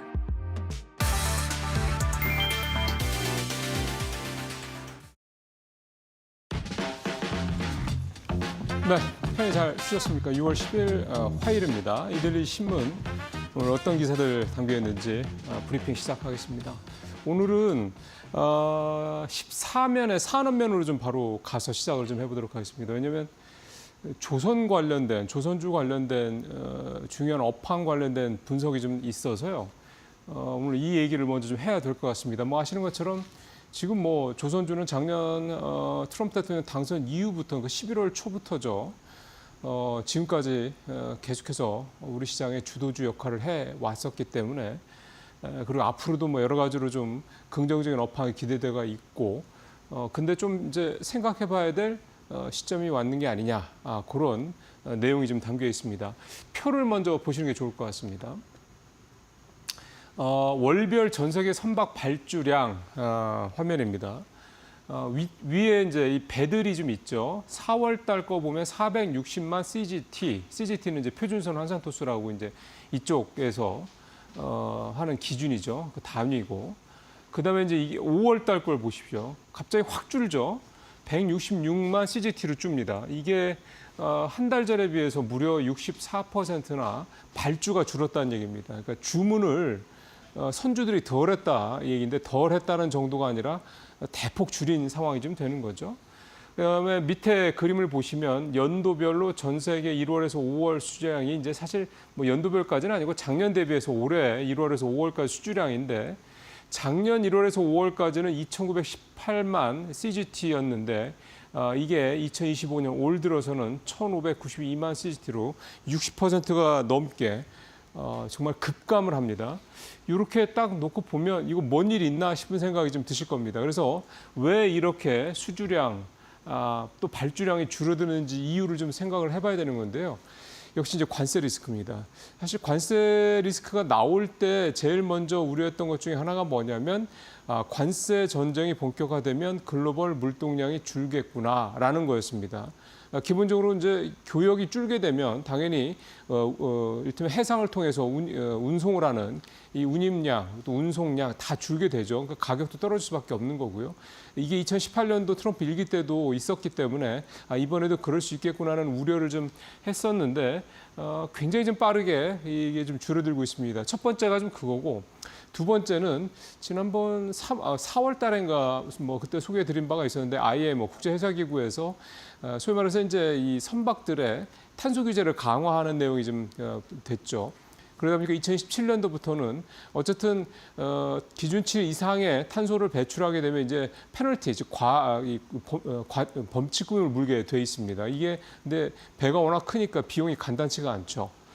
이게 어떤 현상을 좀 나타내냐면 첫 번째는 친환경 선박에 대한 수요를 증가시키는 예를 들어서 2028년도부터 이제 인도가 되는 선박들은 엔진 자체를 DF라고 그러죠. 이 듀얼 퓨얼 그러니까 이중 연료 엔진으로 좀 바꾸는 방법을 이제 쓰거나 이게 사실 제일 고가고 그다음에 두 번째가 기존의 이제 벙커 CU라든가 이를테면 이제 경유를 쓰는 이런 엔진을 개조하는 작업. 이것 때문에 이제 HD, HD 이제 현대 에너지 솔루션 같은 이런 회사들, 마린 솔루션이죠. 이런 회사들의 주가가 좀 오르기도 했었는데요.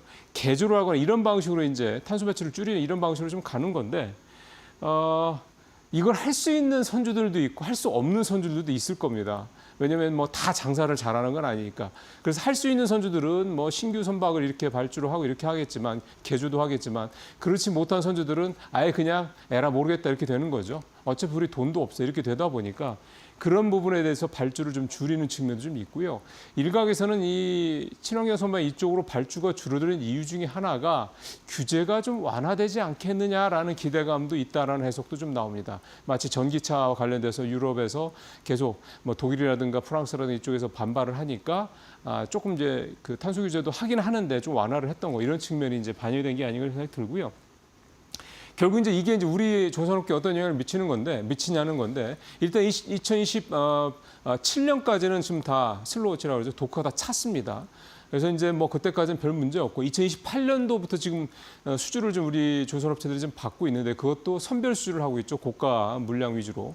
이 부분에 있어서 이제 줄기 때문에 전체적으로 보면은 이제 수주가 좀 발주도 줄고 수주 좀 줄어도 이게 여파는 사실 중국 업체들한테 굉장히 크게 미치고요. 우리 같은 경우는 수주 물량이 줄어도 수주 받는 물량 자체가 굉장히 고가한 물량이다 보니까 상대적으로 이 여파가 좀 제한적이다 이런 평가도 좀 나오고 있습니다. 그래도 전체적으로 이 물량 자체가 줄어든다는 얘기는 우리 조선업계들한테도 2028년 이후의 부분에 대한 전망을 조금 약화시킬 수 있는 부분이기도 하기 때문에 조선업에 대해서의 어떤 그런 굉장히 낙관적이고 어떤 이런 화려했던 이런 전망들이 조금 둔화될 수 있는 여지는 있다라는 점을 일단 감안하실 필요가 있겠습니다. 1월부터 5월까지 수치고요. 이게 이제 하반기로 넘어가서 이런 분위기가 유지가 된다고 그러면 좀 여러 가지로 조선업체에 대한 이 조선주에 대한 투자 부분은 좀 고민이 좀 되는 시점이 올 것 같습니다. 앞으로 한 두세 달 정도가 상당히 좀 중요한 고비가 되겠다 싶습니다. 자, 자동차주 얘기 좀 해보죠. 주가부터 좀 보시겠습니다. 표를 보시면 두 개인데요. 위에 거는 이제 KLX, 그러니까 자동차 지수고 좀 올랐죠. 계속 좀 떨어졌다가 6월 9일 어제 기준으로. 그다음에 이 KLX 자동차 지수가 4%가 최근에 올라서 코스피 1.5% 이거보다 좀 훨씬 높게 올랐습니다. 그다음에 옆에 중요한 게 사실 또 저거죠. 어제 자동차주들 주가 상승률에 모비스가 10% 넘게 올랐고 현대차, 성우하이텍, 서현유와 같은 이런 자동차 이 부품주들, 그다음에 기아, 현대유아 이렇게 주가들이 3, 4%. 이게 다른 데에 비하면 3, 4%가 뭐 별거 아닌데 싶은데요. 자동차주가 최근 주가 상황을 보면 주가가 저렇게 하루에 올라준 게 대단히 좀 감사할 따름이다라는 얘기가 나올 법할 정도로 주가가 꽤 많이 오른 겁니다. 실제로 KLX 이 자동차 지수 최근에 마이너스 1.98%. 다른 데 다 오르고 있는데 여기만 좀 떨어질 수 정도로 좀 그랬죠. 여기다 최근 한 달간에 외국인들이 현대차를 2,500억 가까이 판 것도 있습니다. 수급도 안 좋고 업황도 안 좋고 좋을 게 하나도 없는 상황이다 보니까 당연히 좀 좋지 않은 모습이었는데 반등을 하게 된 이유는 일단 관세 리스크에 대한 부담이 조금 줄어들고 있다라는 기대감. 이를테면 미중 간의 런던 협상이 좀 진행이 되고 있다는 것에 대한 기대감이 좀 있고요. 그다음에 상법 개정안이 좀 통과가 될 가능성이 높다 보니까 앞서 이제 보셨던 것처럼 모비스가 두 자릿수 이상 올랐던 것처럼 이 현대 모비스, 이 현대차 그룹에서도 뭔가 변화가 있을 수 있겠다라는 기대감이 좀 있는 것 같습니다. 그러다 보니까 이제 어제 모비스가 또 유난히 또 좀 올랐고요. 또 다른 리포트들 나오는 걸 좀 보니까 현대 모비스를 이 다른 현대차라든가 기아라든가 이런 완성차 업체와 좀 이렇게 별개로 보는 시각들이 많더군요.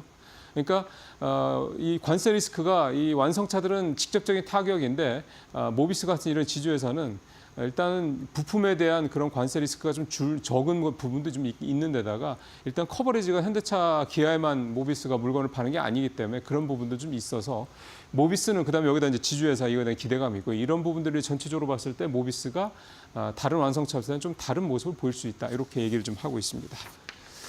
자, 그다음에 요즘에 원화 스테이블 코인 얘기가 좀 많이 나오는데 이것 때문에 주가들 좀 많이 움직이고 있죠. 어제는 카카오 그룹이 아주 가장 직접적인 수혜를 크게 받은 그런 모습이었습니다. 보시죠. 카카오페이 상한가, 카카오뱅크도 20% 넘게, 카카오도 16% 넘게 이렇게 올랐습니다.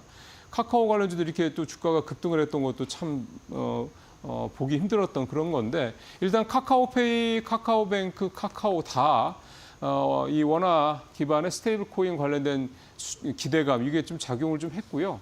그다음에 이제 카카오 같은 경우는 AI에 대한 어쨌든 지금 새 정부가 AI를 적극적으로 지금 지원하겠다는 얘기를 하고 있기 때문에 이 AI에 대한 기대감 이게 좀 적용을 했다 좀 볼 수가 있겠습니다.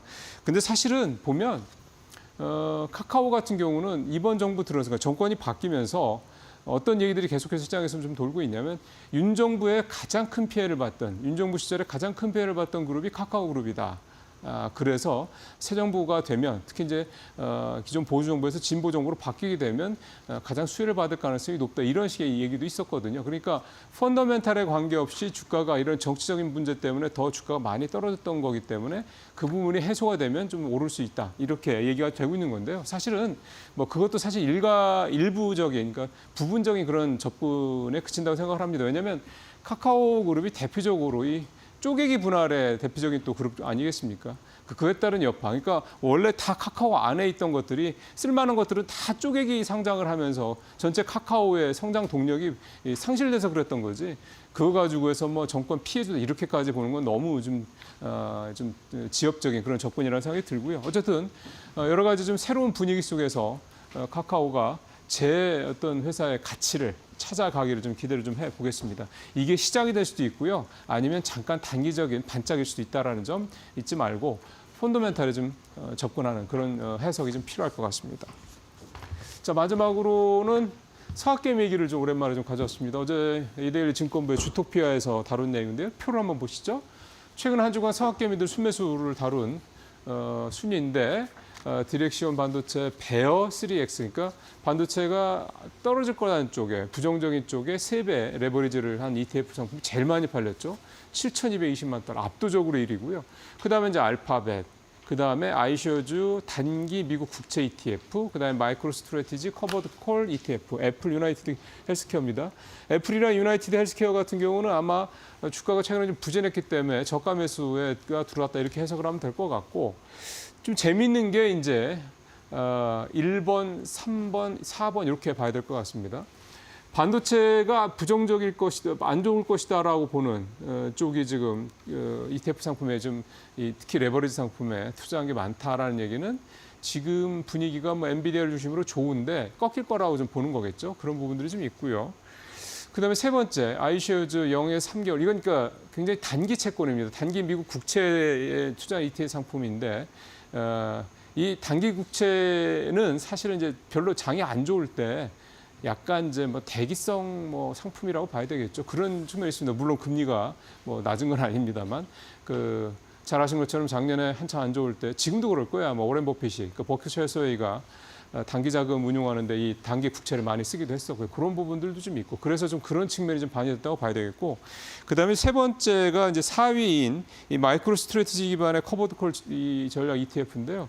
이게 이제 시장이 좀 불안하니까 변동성을 활용을 해서 옵션 프리미엄을 좀 취하는 뭐 그런 상품입니다. 이게 좀 어렵죠.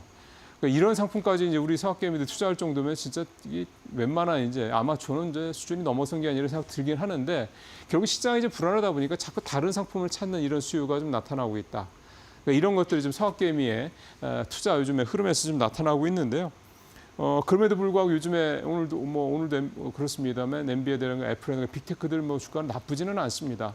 그렇기 때문에 특히 이제 앞서 그 순매수 가장 많이 했던 종목이 반도체 3배 하락에 투자하는 이 ETF 상품이었기 때문에 글쎄 이번에 또 사학개미의 픽이 또 어떤 결과를 가져올지 좀 봐야 될 것 같네요. 뉴스 브리핑 여기서 마치겠습니다.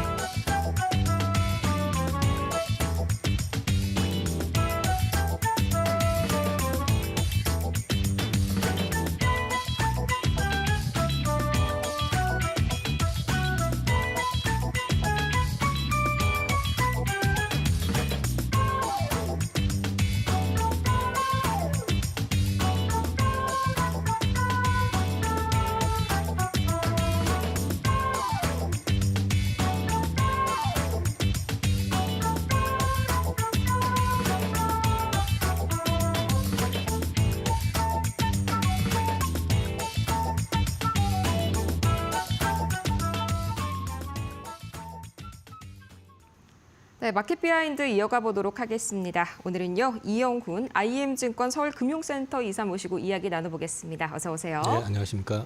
네, 이 간밤 뉴욕 증시 마감 특징부터 한번 살짝 살펴볼 텐데, 우선은 그래도 이 3대 지수가 약간 혼조세로 갔습니다. 매크로 지표는 괜찮았지만 마지막에 좀 이 관세 협상이 좀 미뤄졌다라는 소식이 약간은 좀 실망감으로 작용한 느낌이네요.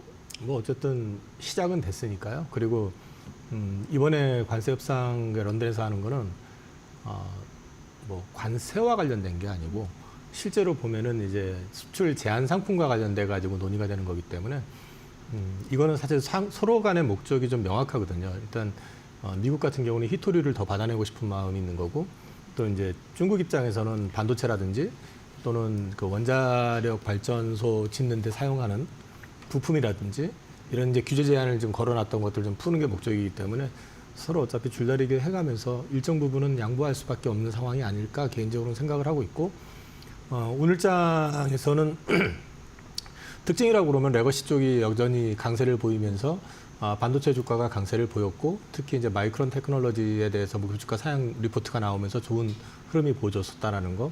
이건 이제 국내 증시에도 좀 영향을 줄 수 있을 것 같고. 그리고 이제 브로맨스로 통했다가 파국에 이르렀다가 약간 좀 봉합되는 느낌. 트럼프가 약간 좀 봐줄게 하는 뉘앙스로 이제 얘기를 하면서 테슬라가 좀 반등을 좀 많이 해줬다. 뭐 그 정도밖에는 딱히 이슈가 없었던 것 같습니다. 네, 확실히 관세보다는 이 수출 통제, 정확하게 쟁점으로 좀 보자면 이 히토류 그리고 AI 반도체의 좀 교착 상태를 만들었던 이게 좀 잘 해결이 돼야 이 다음 단계로 넘어갈 수가 있을 것 같습니다. 또 마찬가지로 이 트럼프 대통령이 전화를 먼저 하면 또 통화를 하겠다. 또 이런 약간 먼저 손을 내미는 듯한 그런 모습까지 보여줬었죠. 자, 이어서 애플 이 WWDC 이야기도 좀 주요하게 작용이 됐는데요. 실망스러웠습니다. 이 결론적으로 보자면 시간에서 1.2% 하락이 나왔는데 어떤 부분이 좀 이렇게 주가 하락을 이끌었을까요? 뭐 기대가 없었고요. 첫 번째는 기대가 없었는데 내용이 실제 더 없었던. 뭐 이제 거기서 발표한 거는 OS 통합 관련된 거, 네이밍 통합하는 내용, 그 다음에 뭐 통번역 관련된 거. 이건 사실 뭐 애플이 뭐 하는 것도 아니잖아요. 다 하고 있는 거잖아요, 이제는. 그러니까 뭐 스페셜한 이슈는 전혀 없고 나왔던 내용들 자체가 너무 일반화된 내용들 외에는 특별한 게 없었다. 그래서 뭐 이번은 사실 기대감도 없었지만 사실 실상 열어보니까 내용도 별게 없었다. 그래서 주가 자체가 반응을 뭐 크게 하진 않았던 것 같습니다. 그렇죠. 상당히 좀 애플이 안 그래도 저도 좀 약간 실망스러웠던 부분이 하드웨어적인 신제품이 없으면 AI 쪽에서 뭔가 반짝하고 보여줬어야 되는데 AI 쪽에서도 조금 약했다고 보실까요? AI가 지금 애플이 뒤져 있는 게 사실이고요. 이제 협업 얘기를 계속 하고 있는 상황인데 그렇다고 해가지고 지금 뭐 애플이라고 해가지고 갑자기 우리가 AI 소프트웨어 개발하겠다고 해서 단번에 나올 수 있는 건 아니거든요. 그래서 이번 올해 같은 경우는 그 부분에 대한 기대도 사실상 거의 없었다고 보시는 게 맞을 것 같고요. 뭐 올해보다는 이제 내년 이후에 어떤 그림을 그려가는 어떤 그런 모양새가 될 것 같고 그런 맥락에서 봤을 때 애플은 이번 WWDC 같은 경우는 뭐 큰 기대도 없었지만 역시 결과 역시 비슷하게 나온 게 아닌가 싶습니다. 역시나 좀 작년과 좀 비슷한 그런 상황으로 WWDC가 오버랩이 되는 것 같습니다. 자, 그래도 우리 증시는 상당히 좀 여전히 좋은 흐름 이어가고 있죠. 벌써 이제 눈앞에 고점을 두고 있는데 이게 아무래도 외국인 순매수가 강하게 들어오고 있습니다. 거의 3거래일 연속 1조 원을 넘는 또는 1조 원에 달하는 그런 유입이 들어왔는데 환율 영향일까요? 아니면 다른 이슈도 있을까요? 이번 장의 어떤 성격을 한마디로 정의를 하면요. 유동성입니다. 유동성이고요. 이제 국장에 있어가지고 그 유동성의 단초를 제공한 거는 원화 강세고요. 원화 강세를 통해 가지고 외국인들이 적극적으로 지금 6월 들어와서 사기 시작했고 거의 한 3, 4거래일 동안에 4조 원대의 순매수를 지금 기록한 걸 보시면 알 수 있고요. 그다음에 또 한 가지 이 유동성이라고 말씀을 드리는 거는 또 예고된 유동성이 있죠. 지금 신정부가 지금 추진하고 있는 추경과 관련된 부분들, 그다음에 차후에도 이제 금리 추가 인하에 대한 이제 예고된 부분들 이런 것들이 같이 맞물려 있다는 측면에서 봤을 때 유동성에 의한 상승이라고 보면 될 것 같고요. 이 부분이 이제 가장 큰 고민스러운 건 뭐냐면은 실적 장세 이러면은 실적이 좋아지는 게 보이면서 주가가 상승을 하는 그런 패턴이라고 하면 유동성은 갑자기 뭐 좋아지는 것도 없는 것 같은데 갑자기 달라지는 패턴이 나오는 거거든요.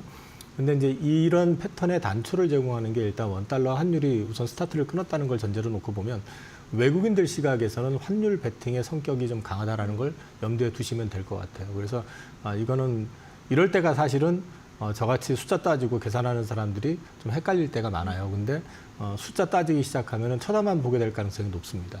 그래서 유동성은 일정 부분 내러티브의 편승을 할 수밖에 없는 그런 장이 될 가능성이 높다. 저는 개인적으로는 그렇게 보고 있습니다. 역시나 좀 이게 기업 자체의 펀더멘털의 개선은 아니다. 약간 그런 것보다는 유동성 이슈가 좀 더 크게 작용한다. 조금은 아쉽긴 하지만 그래도 뭐 어느 정도 지수는 잘 가지고 있는 그런 흐름이네요. 자, 그럼 혹시 이 원달러 추이가 지금보다 하반기로 갈수록 더 뭐 강해질 수가 있다. 이런 전망이 좀 짙어지는 것 같습니다. 여기에 대해서는 어떻게 보실까요? 네, 저도 그 부분에 있어서는 이제 계속 말씀을 드렸던 게 연말 정도 가면은 뭐 더 떨어질 수도 있겠지만 일단 제가 말씀드린 거는 1,300원대 초반까지는 떨어질 가능성이 높다라고 저는 보고 있고요. 그런 맥락에서 보게 되면은 최근에 이제 국내 증시 그 베팅 들어오는 외국인 자금들이 여전히 환율 베팅일 가능성이 좀 많다. 그리고 여기서 주목을 해보셔야 되는 거는 같은 반도체라고 그래도 삼성전자하고 하이닉스의 그 외국인 수급을 보면요. 하이닉스 같은 경우는 5월 20일 전후부터 매수세가 굉장히 강하게 들어왔었어요. 근데 삼성전자 같은 경우는 딱 보셔도 5월 말 6월 초부터 매수세가 강하게 들어오기 시작했습니다. 그 얘기는 그 시점부터 원화가 리바운딩을 했다가 다시 재차 이제 원화 강세로 반전이 되는 어떤 그림이 나올 때부터 들어왔던 거거든요. 5월 초에 원화가 우리 그 5월 초 연휴 기간에 원화가 100원 정도가 급하게 빠지면서 1,430원, 40원에서 1,350원까지 떨어진 적이 있었어요. 근데 그때만 해도 거기서 반등이 나올 때까지는 전혀 외국인들이 입지를 하지 않다가 여기서 재차 좀 밀리기 시작하면서부터 외국인들이 들어오기 시작했거든요. 특히 삼성전자의 어떤 패턴을 보시면은 이게 굉장히 강하게 들어오는 그 시점을 보면은 6월 초 그 이후에 굉장히 강하게 들어오고 있거든요. 그리고 보시면 환율 자체도 그때부터 체계적으로 단계 하면서 원화 강세가 좀 나오고 있는 그림이거든요.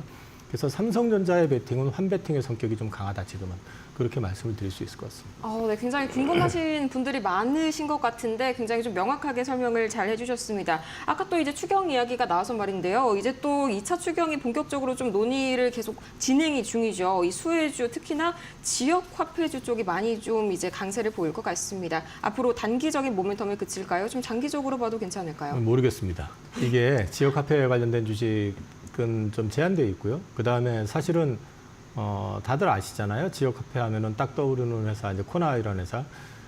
대통령 당선된 다음 날 장 열리면서 바로 상한가 들어갔고, 그 다음 날 계속 강세를 보이고 있잖아요. 지금 이 그림이, 현 당선자가 아니죠. 현 대통령이, 이제 지역 화폐에 대해서 굉장히 강조를 하셨던 분이고, 그렇게 된다면 임기 내내 내수 활성화라는 측면에서 봤을 때 지역 화폐의 어떤 육성이나 활성화를 계속 도모할 거다라고 그러면 미래 성장성에 대한 어떤 베팅일 가능성도 있다고 보고요. 그에 반해 가지고 또 이번에 또 추경이 한 30조 이상 들어오는데 그 가운데서 이제 그 국민 보조금, 뭐 지원금 이런 형태로 해서 이제 나오는 돈이 코로나 때 풀린 거 대비해서 뭐 10배 이상 풀릴 가능성에 대해서 얘기들이 나오잖아요. 그 수혜에 대한 기대감 때문이라고 하면은 사실 또 이 상승이 일정 부분에서 제한될 가능성도 있어요. 그래서 이 부분에 대해서는 솔직히 저도 잘 모르겠어요. 근데 분명한 거는 지금 현 대통령의 어떤 서양상 지역 화폐 이쪽이 위축되는 것보다는 좀 확장될 가능성에 대한 부분들은 염두에 두시고 보시면 될 것 같아요. 알겠습니다. 좀 확실히 조금 더 지켜봐야 하는 그런 흐름을 가진 섹터인 것 같습니다. 자, 그런데 또 여기에 따라서 또 정책주들 추가적으로 봐야 하는 부분들이 있죠. 뭐 예를 들어서 실용주의 외교 이쪽이 또 상당히 중국 관련 이런 수혜주들과 맞닿아 있는 지점이 있는데 이 엔터 그리고 화장품주까지 특히나 뭐 엔터는 요새 재료가 굉장히 많죠. 일단 지난 정부 같은 경우는 명확한 친미, 반중, 반러의 어떤 스탠스를 취했었기 때문에 그 부분에 있어가지고 이건 약간 정치적인 어떤 성향의 차이일 수도 있긴 하지만은 우리 경제적인 측면에서 놓고 봤을 때는 손해를 보는 부분들이 많을 수밖에 없었고요. 아무래도 우리나라 지금 경제에서 중국 내지는 중국 범죄에 들어가는 홍콩, 싱가포르, 뭐 중국 본토 이런 쪽까지 해가지고 거기서 차지하는 비중 자체가 여전히 그 미국보다는 좀 큰 편이거든요. 그렇다고 본다고 했을 경우에는 아무래도 비교적 그래도 그 중국과 관련된 부분에서 특히 경제 쪽으로 있어가지고 협력을 많이 모색을 하는 지금 새로운 정권의 어떤 출현이라고 한다는 측면에서 놓고 봤을 때는 중국 관련돼 있는 섹터들은 좋아질 가능성이 높다고 볼 수 있고요. 또 중국 입장에서도 제가 계속 올 초부터 강조했었던 건데 과거의 한한령 때처럼 그 사드 보복을 한다고 우리나라 기업들 뭐 핍박하고 하던 짓을 지금은 못할 거다. 왜냐하면 강성 정부가 미국에서 들어서 있는 상태이기 때문에 중국 입장에서도 자기의 어떤 편까지는 아니더라도 적어도 자기를 적대시하는 세력을 최소화시키려고 그러면은 한국에 대한 스탠스가 이전보다는 달라질 수밖에 없다라는 걸 갖다 염두에 뒀을 때는 이쪽을 종합적으로 놓고 본다고 그러면은 대중 관련돼 가지고 비즈니스 특히 우리가 중국에 대해서 강점이 있는 엔터라든지 과거에 굉장히 강했었던 화장품 섹터라든지 이런 쪽은 플러스 효과가 분명히 날 수밖에 없고요. 요즘 또 시진핑 관련해가지고 뭐 설왕설래가 많긴 하지만 어쨌든 에이펙 정상회담에 중국의 최고 수장이 올 가능성이 지금 높아진 상황이고 그 에이펙에 또 트럼프 대통령 역시 올 가능성이 높은 상황이라고 놓고 봤을 때는 중국 쪽에서 우리나라의 어떤 주요 산업들, 엔터, 화장품 또는 대중 비즈니스를 하는 쪽에 대해서 그렇게 부정적이거나 적대시할 가능성은 제한적이라고 놓고 본다 그러면 작년 대비로 해서는 확실히 좋아질 가능성이 높다. 그렇게 말씀드릴 수 있을 것 같습니다. 확실히 한한령 해제 기대감이 관련주들까지 좀 움직여가면서 이 앞으로 정치적인 어떤 그런 변화도 같이 지켜봐야 되는 그런 분위기네요. 자, 근데 텐센트가 또 하이브가 가지고 있던 SM 지분을 그대로 인수를 했었죠. 이게 좀 본격적인 시동이라고 봐도 괜찮을까요? 적지 않은 금액을 투자한 거잖아요. 그리고 또 어찌됐든 SM의 위상이 과거만은 못하지만은 그래도 국내 4대 엔터사 중에 하나인데 2대 주주로 거기 등극했다라는 거는 한국 시장, 특히 한국 엔터 시장에 대해서 굉장히 적극적으로 대시를 하고 있다라는 얘기로 볼 수 있을 것 같고요. 그다음에 중국 공연 관련해 가지고 약간의 노이즈가 있긴 했습니다만은 어쨌든 열리는 분위기로 지금 진행이 되고 있다라는 걸 종합해서 봤을 때는 이거는 역시 마찬가지로 뭐 없다고 하는 한한령을 어떤 식이든 간에 이제 서서히 제거시키려고 하는 그런 모습을 선제적으로 보여준 거다라는 측면에서는 분명히 의미가 있다고 봅니다. 네, 확실히 그래도 이번에 텐센트가 본격적으로 드라이브를 걸어주니까 이제 다른 쪽에서도 마찬가지로 좀 손을 잡으려는 그런 움직임들이 많이 나와주고 있는 것 같습니다. 자, 우선 우리 이번 주 같은 경우에도 상당히 뭐 6월 2주차 같은 경우에도 다양한 이벤트들이 있는데 뭐 CPI, PPI, 물가 일단 지표들이 있습니다. 그 이외에 또 추가로 봐야 할 지표들이나 뭐 전망 같은 게 있을까요? 사실 이제 제가 앞서 유동성장에 대해서 말씀을 드렸잖아요. 유동성 장세의 가장 큰 특징은 그런 지표들이 아주 이상하게만 나오지 않으면 거의 무시될 가능성이 높다는 겁니다. 그리고 제가 그래프를 하나 가지고 왔는데요. 혹시 보여주실 수 있는지 모르겠는데 그래프에 동그라미를 제가 2개를 쳐놨습니다. 그 앞에 동그라미가 코로나 팬데믹 시절의 동그라미고요.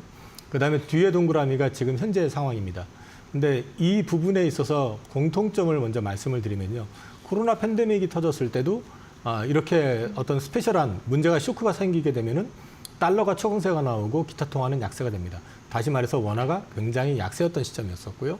그 다음에 이번에도 역시 마찬가지로 우리 원화는 계엄령 전후해가지고 1,500원 근처까지 갔었고 굉장히 글로벌 통화 대비 약세를 보였었죠.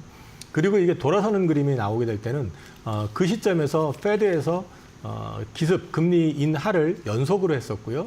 그 다음에 양적 완화를 통해서 돈을 풀었었습니다. 다시 말해서 유동성 공급을 했다는 얘기입니다.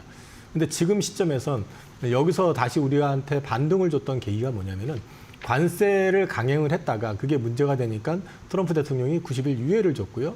그 뒤에 원화 초강세가 나오면서 주가가 급등을 하기 시작했고 여기에 더해가지고 한국 정부가 유동성을 풀겠다고 지금 공언을 하고 있는 상태라는 거죠. 그렇게 놓고 본다 그러면은 지금 차트 모양을 한번 보시면은 밑에서 올라올 때 처음 올라올 때 그 모양을 보시면은 밑에서 잠깐 올랐다 옆으로 기는 모습이 좀 나올 겁니다. 근데 밑에서 올라온 폭이 거의 V자로 올랐기 때문에 굉장히 급하게 올라왔었잖아요. 근데 이 옆으로 기는 시점에서 움찔거렸거나 그 당시에 파는 사람들이 되게 많았었어요. 근데 결과적으로 보시면 그 다음에 더 큰 상승이 있었잖아요.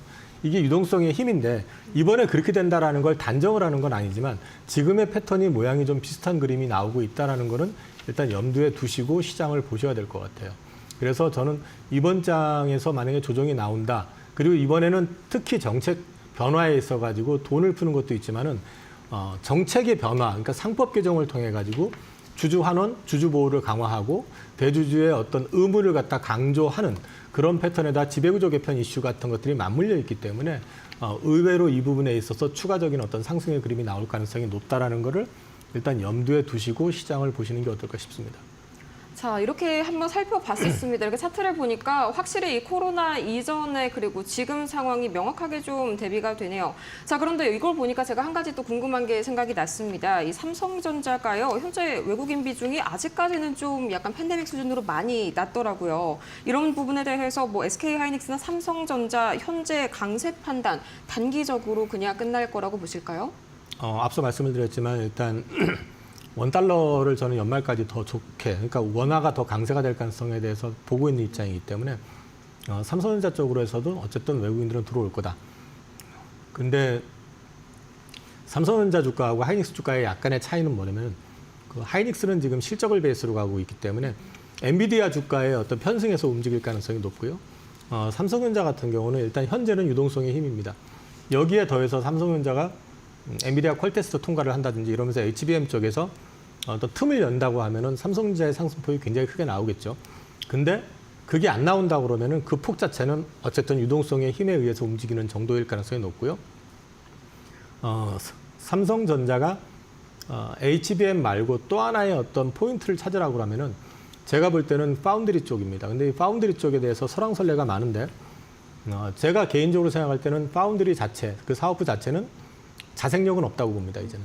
그렇기 때문에 이걸 분사를 해야 되는데 분사를 해서 이거를 뭐 그냥 네가 알아서 사라 이렇게 하면은 살 가능성이 없기 때문에 저는 분사를 하되 삼성전자가 지배주주 역할을 할지 몰라도 그건 최대 주주를 고집할 필요는 없고 그다음에 또 한 가지는 말이 좀 어폐가 있네요. 근데 어쨌든 제가 말씀드린 건 경영권을 너무 지나치게 집착하면서 내 거라는 그 고집보다는 같이 경영을 하면서 키운다라는 측면으로 접근한다 그러면 소위 말해서 빅7 기업들 그쪽에 펀딩을 받아가지고 파운드리를 갖다가 별도로 분사를 해서 이거를 나스닥 상장을 시키는 어떤 형태의 모습을 가져가는 게 삼성전자 입장에서는 최선일 것 같고 개인적으로는 그렇게 됐을 경우에는 삼성전자 주가는 생각 이상으로 많이 움직일 수 있을 것 같다. 근데 그게 아니라고 한다면 유동성의 힘만 가지고 본다 그러면 여기서 올라가면은 한 20%, 30%는 유동성 힘으로 움직일 수 있겠지만 그 이상은 쉽지 않을 것 같다. 네, 정말 가장 많은 투자자분들께서 사실 궁금하실 만한 지점을 속 시원하게 짚어주셨습니다. 저희 이렇게 해서 오늘 마켓 비하인드는 여기까지 이야기 나눠보도록 하겠고요. 이영훈 IM증권 서울금융센터 이사와 함께했습니다. 좋은 말씀 고맙습니다. 네, 이렇게 해서 저희가 오늘 준비한 소식 여기까지입니다. 저희는 잠시 후에 마켓나우가 이어질 예정이니까요. 채널 고정하시고 끝까지 함께해 주시길 바랍니다. 오늘도 함께해 주신 여러분 고맙습니다.